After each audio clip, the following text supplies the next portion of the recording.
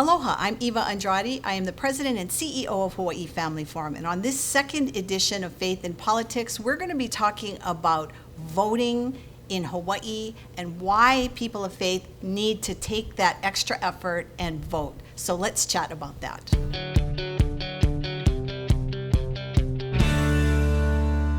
Pastor Elwin, welcome back. Thank you. Thank you. We didn't scare you with that first part, right? No, I'm still here.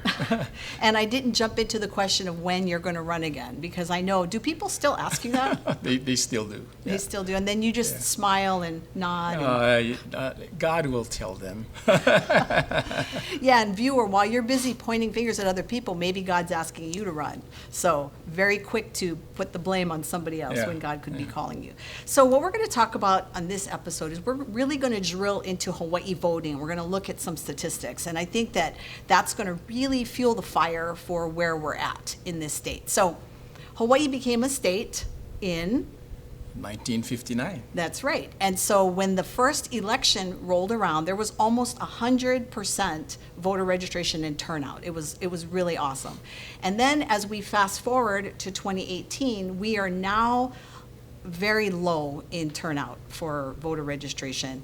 Why do you think that is, that just over the years we've gone from a state where everybody was excited about statehood, right? They really felt like their voice was going to be heard, and then we fast forward to 2018 where our voter turnout is really low?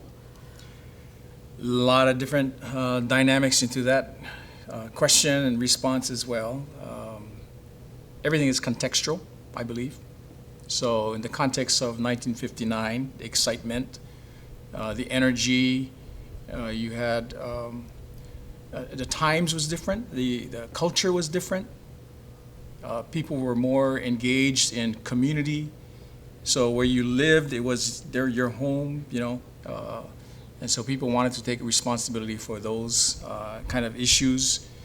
Over the years, I think with the progression of technology and the modernization, globalization, where in other words more people are traveling now, so your home unit community isn't necessarily those that are homegrown, born in that community, so you have more people coming in and out, and so the identity issue I think has been diluted over the years.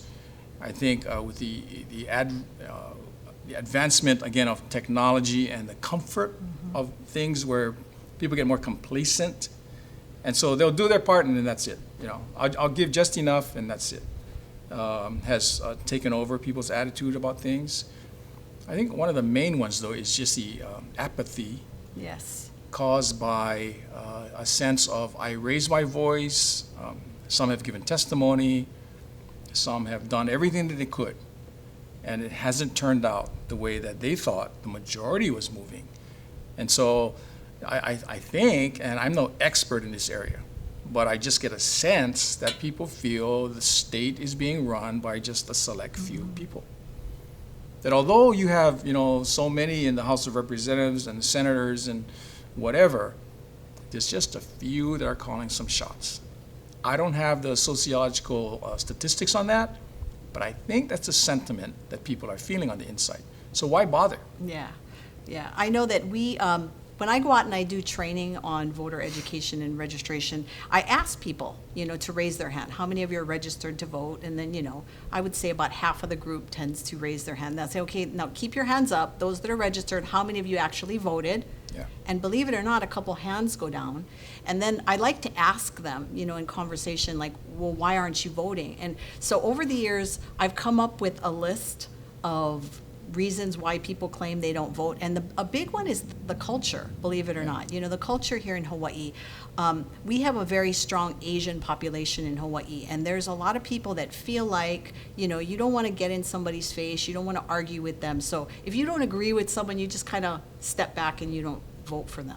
Yeah. right? So there's a little bit of that. There's also a loyalty factor here in this state that I don't see in my counterparts on the mainland, and that's that I got to vote for him because he's my broadest friend's cousins and nieces, Yeah. uncle's broadest friend that graduated from Kamehameha schools. Yeah. And so once somebody gets into office, a lot of times they end up staying there. So there's a little bit of that loyalty factor. Do you find in your own circles when you're talking to people, do you see maybe some of that as well? I see that. I see the tradition. I think because again, I'm no expert on this, but Asian culture, very traditionalist. So if my grandfather, who worked in the plantation field, voted a certain way or a certain party along the certain party line, and my dad did, then I need to do so too. Yes. And so they have a misunderstanding of what that's all about. Yeah. So more traditional voting. Yeah, my grandfather worked at Libby on Maui, so they were a very strong Democratic family. So growing up, everybody was Democrats, and you don't really question, you just kind of follow along, right? Every Portuguese person who worked at Libby was Democrat. That just kind of was the way it was. And the other thing that I hear too is that, you're told here in Hawaii, maybe not in so many words, but you don't mix faith and politics. Yeah. You kind of, don't make trouble, just, you can have your faith, but, don't make waves. Do you see some of that as well? Yeah, I do, and that's unfortunate because what you're doing is you're silencing the public conversation and discussion and even debate. I think, and maybe associated with the Asian culture again, we don't like confrontation. Right. Okay. You believe what you want to believe, and Yeah. so long as we can agree to disagree, is a statement I hear. Then that's fine. We just leave it be, or don't talk to me about that because we're just trying to enjoy dinner together, rather than just opening it up and having conversation.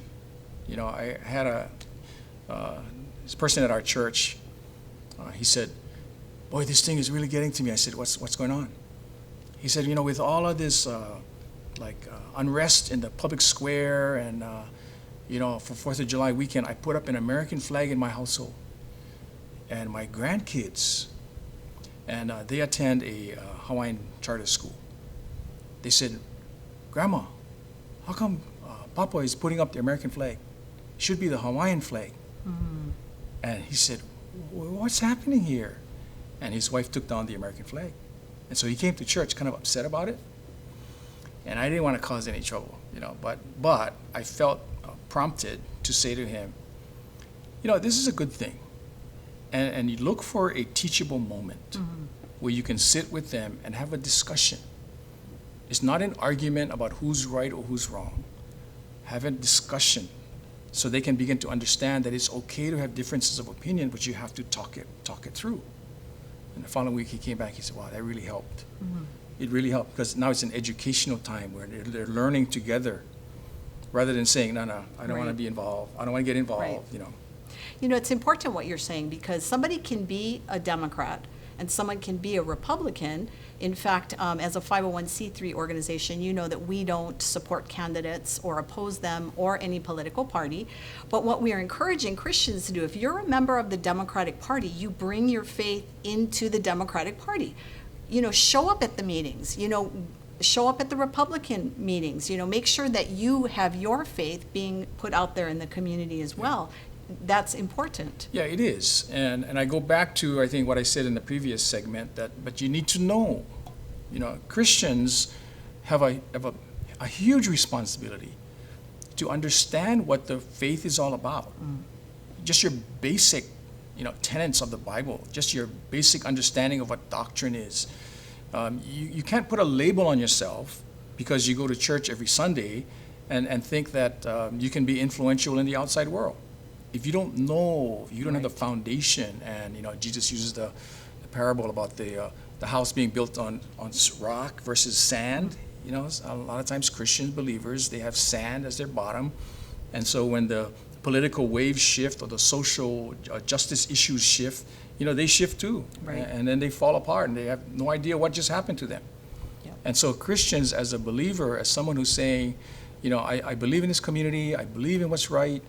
You need to know why you believe that. What does God's word say to you? have that as your foundation. And I think that's really important, is to remember that everything we believe is Christian is foundational in the scriptures. That's where we get all of our understanding and our wisdom and our knowledge comes from that. And I think another reason that people don't vote is they say they don't know enough about the candidates. A lot of people, they have their ballot in front of them and they're like, I don't know this candidate A and I don't know candidate B. And so a lot of times they feel like they cannot vote because they don't have the knowledge to make this kind of decision. And so what we like to tell people, and Hawaii Family Forum likes to produce a voter's guide. We didn't do one for the primary, but we plan to do one for the general. And this is going to go out to all the candidates in the general election. And you've seen these guides. And their answers to the questions can help inform your decision. Now, what we get a lot is, but the candidates don't respond to the survey. Well, what we do is we put the names and the phone numbers and the website of these candidates, and we're putting the onus back onto the voter to look up these guys. We give them the questions, they can call and make that direct contact too, and that'll also help them. The other thing I hear, I'd love to get your thoughts on this, is I call this the Satan and Antichrist problem. And this is when somebody has a ballot and they know both the candidates and they think one is Satan and one is the Antichrist, and they go, I cannot vote for either one of these guys. I always tell people, if you have that problem, leave it blank. You don't have to pick somebody, but better to participate and leave it blank, because sometimes maybe those blank votes might make also a statement. What do you feel? Yeah, I've done that. Oh, you've had the Satan and Antichrist? No, more. I don't know enough about the person, and my fault. So I don't sit here as the most qualified person to give any kind of perfect advice, because I am flawed. I'll admit that I haven't done my homework on many occasions. But what really called my attention to the lack of effort was one day my wife and I are both we're doing our absentee ballot, and I just happened to look over and saw that she voted for a particular person. I said, why are you voting for that person? And she goes, why? I said, you know anything about the person? I know some background, and I won't share it here. And I said, you know anything about the background? She goes, no. I said, so why are you voting for that person? Because the name is kind of cute. Oh my And gosh. I went, no. No, I had a friend that told me one time she had to vote for this candidate because he was good looking. And I thought, okay, if that's how we're coming up with our how we cast our votes, that's very, very scary. No, but you need to, here's what I want to say on this. Because I've seen voter guides, and I would just give a suggestion to whoever is printing out voter guides. On the cover of that guide, it should have a huge statement that says, do you love Hawaii? Because if you love Hawaii, you will spend the time to find out who these people are and why you're going to either vote for them or not vote for them. Do you love Hawaii enough that if they don't have any responses, that you'll call them? Or you'll go to a candidate forum, or you'll go to their website. Yes. Or if you love Hawaii.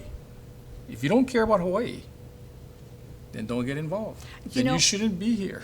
I remind people all the time that when they cast their vote is the vote that keeps on voting, right? Because if I vote for you and you get elected, you're going to be voting in the House or the Senate.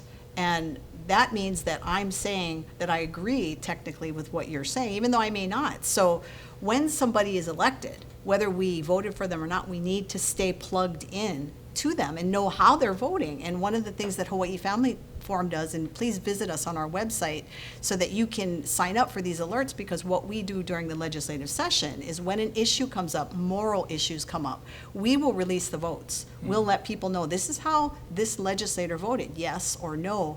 And I think that that's also a good thing, because voting isn't something that takes place only at one moment, right? I mean, it's education throughout the year. And I think it makes a difference too. And again, I was not in public office, so I don't know how a person in public office would respond to this. But I think it would make a difference if a particular issue is before the person that is now in office, that you would go to their office and say, here's my opinion on it, and I want you to know because I voted for you in the last election. Yes. Versus, because this is what I have heard, Right. if you don't vote on this issue my way, we will remember in I'm November. voting you out. Yeah, you know, it's like, no, I voted for you. And I'm glad that you brought that up, because during the same-sex marriage debate, when we had that big, thousands of people rally, the legislators got scared that day because they saw this sea of red, right? But when the election rolled around right after that, nobody got voted out of office. Yeah. Nobody lost their position. And so we became a paper tiger to them. Yeah, I think we lost a lot of credibility, if you will, in the eyes of the public as well as officials. But it's not the end. No, it's not. It's not the end. It's one mark in the history. If you look at history or eternity, Yeah. it goes on and on and on. It's one mark, and so what else is going on, and how can we still be involved? I think people need to get involved, whether it's at church or if we just stay within my realm of Christianity. That when you come to church, that you're not there just for the music, but you're really trying to understand the grounding principles of the Lord God and how He wants you to live your life, because that's for the good of everyone. Okay, now you take that and you apply that to your candidate now. Do they stand for it? They don't have to be Christians. Right. Do they stand for the values and support the values, and do they live out the values that agree with your values? Because if that's so, then I would say it's a pretty good person. Absolutely, and it's so necessary, because Hawaii is the lowest in the nation at voter registration and turnout. The lowest. I mean, that's really sad that we're in that position. But I want to talk about statistics for a minute, because I think that it's really important for our viewers to understand where we're at, right? So we have eligible voters, and the eligible voters, according to the census, is about 971,000, right? And then you have the registered voters. So you have people that are eligible to vote, and then you have the registered voters, and then you have the turnout. Yeah. And on this particular race, only 28% of eligible voters voted for this congressperson who is still in office today. I mean, how does that make you feel, to think that 28% of the population put someone into office that is representing us here in Hawaii? Yeah, and that's it's very alarming to know that someone who represents not only Hawaii, but the particular office that this person holds is a very powerful position in the nation and recognized by the world. Yep. And only 28% voted for this person, which means, what is that, 72%? It's non-existent. Exactly. And- Exactly. And so when you read the negative comments against this particular individual, it's like, it's all over the chart, and it's like, okay, so what did you do? Did you vote? Did you care enough? Did you love Hawaii enough that you got involved? Not only at church where you understand things, but getting involved, like with Hawaii Family Forum, or researching, or being involved in, voter education or candidate education. There's so many things that can be done in this kind of season that we're in now, to make sure that the public is informed. Absolutely. There's too many uninformed, uneducated voters, educated in terms of the issues, but you're just uninformed, and we're casting votes. We're in such a vicious circle when you think about it, right? So we're lowest in the nation at voter registration and turnout. And then you have people that are registered that don't turn up, and they claim it's because we have bad candidates. And then for the people that remain in office, they keep voting in all these ways that are detrimental to people of faith, and then they're not voted out of office. They just stay there, and then that makes people not want to vote. So it's kind of like a vicious circle. So I think that we have to take a step back as Christians and realize that we have to stay involved. We have to raise our voice. It's something that's required of us as people of faith. So speak to that person who is not registered, who's eligible, and they just don't feel like that they can make a difference. Their one vote is not going to make a difference. Do you love Hawaii? Do you love Hawaii? If you have children, do you love the future for your children? If you have grandchildren, do you love the future? Do you love what's happening right now for your grandchildren? Is that the kind of environment you want people to live in? All those things are, and really ask yourself those questions. Be really honest with your heart. Is this the future that I want to have? I just spent some time this afternoon with my granddaughter, and she's 3 years old, and just the gem in my eye. I'm worried about the future for her. what's going to be happening. I have a son who is going to be turning 18 this next year. No, next month, my goodness. And he's going to be off on his own. He's looking forward to voting. He said, well, when can I register? And I said, okay, you got to turn 18 first. But he's excited about it because he sees my excitement. He sees my concern for the future. So I believe it's a generational thing. If we don't, in our generation, take an interest, show a passion for what's happening, then that same passionless kind of attitude is going to be passed on to the next generation. But if we do stand up and we go, we want to see the best being done for Hawaii. We want to see the best for our community. I want to see the best for the future of my child. Then you do something. Something is better than nothing. Having the conversation is so important, because I think that if we come across to our young adults, oh, you got to vote this way because of this, or even if we're throwing scriptures at them, we're not going to reach their heart, right? I mean, the conversation we have to have with them about this beautiful place, Hawaii, that we live, is to really show them why we care, right? And to really have that conversation with them. Yeah, and to respect your differences. Respect your differences. Have conversations. Yes. Have time where you can just heart to heart. So I love taking him to work. He's working part-time. I love the time in the car because that's my time with him. Otherwise, he's out surfing and fishing with his friends. But that time in the car, just me and him, we open it up for things like that. So how do you feel about that? Oh, well, whatever. I said, oh, that's interesting. Here's what I see. No. And so you get into a conversation, and only good can come out of that. Right. Right. So, of course, as always, we've run out of time again. But I know that there are pastors that might be watching right now that might be trying to decide how do they start educating their community about voting. So as we head out, why don't you give them some advice? I think you look at it from two different angles. One is substance, which is the value of godly principles, God's word. Not so much topical things like how to live a better life kind of deal. I mean, those are all good stuff. But what are the principles, the main principles of the Lord God, and what does He stand for? What did He live for? What did He die for? And then, so that's one. And the other is the voter process, just to have information available, the voter guide from Hawaii Family Forum, information that will help people to understand. But the pastor himself needs to be kind of up to snuff on what's happening, what he can do, where he can guide people. He doesn't have to be the end-all resource, right, but just know where to direct people. Because people can get lost in a sea of information. We are the most informed generation ever. In other words, we have more information available to us ever. But how do we know that this is a good source to go to? This is a good source. Without, pastor himself being biased or prejudiced one way or the other.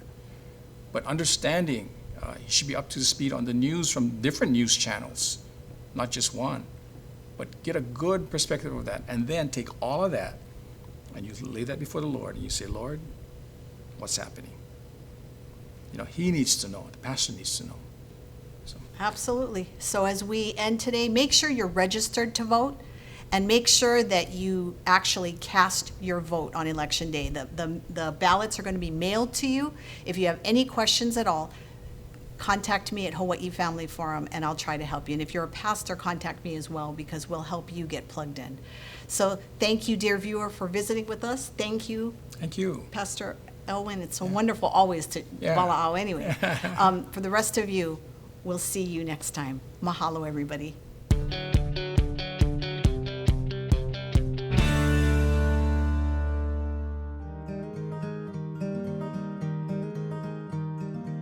Aloha, I'm Eva Andrade. I'm the president of Hawaii Family Forum, and we've been serving Hawaii's faith-based community since 1998. What we do is we provide research and education to the faith-based community to help them understand what's happening at the state capitol and what's happening on the issues that affect the families here in Hawaii. If you would like more information, please visit us on the web. But in the meantime, know that Micah 6:8 says that the Lord requires of us to do justice, to love mercy, and to walk humbly with your God. And we can help you do that, not only to raise your voice the way that the Lord calls us to raise our voice, but to understand the issues on a scriptural basis. And we'll tell you how you can learn more about what's affecting Hawaii's families. Mahalo.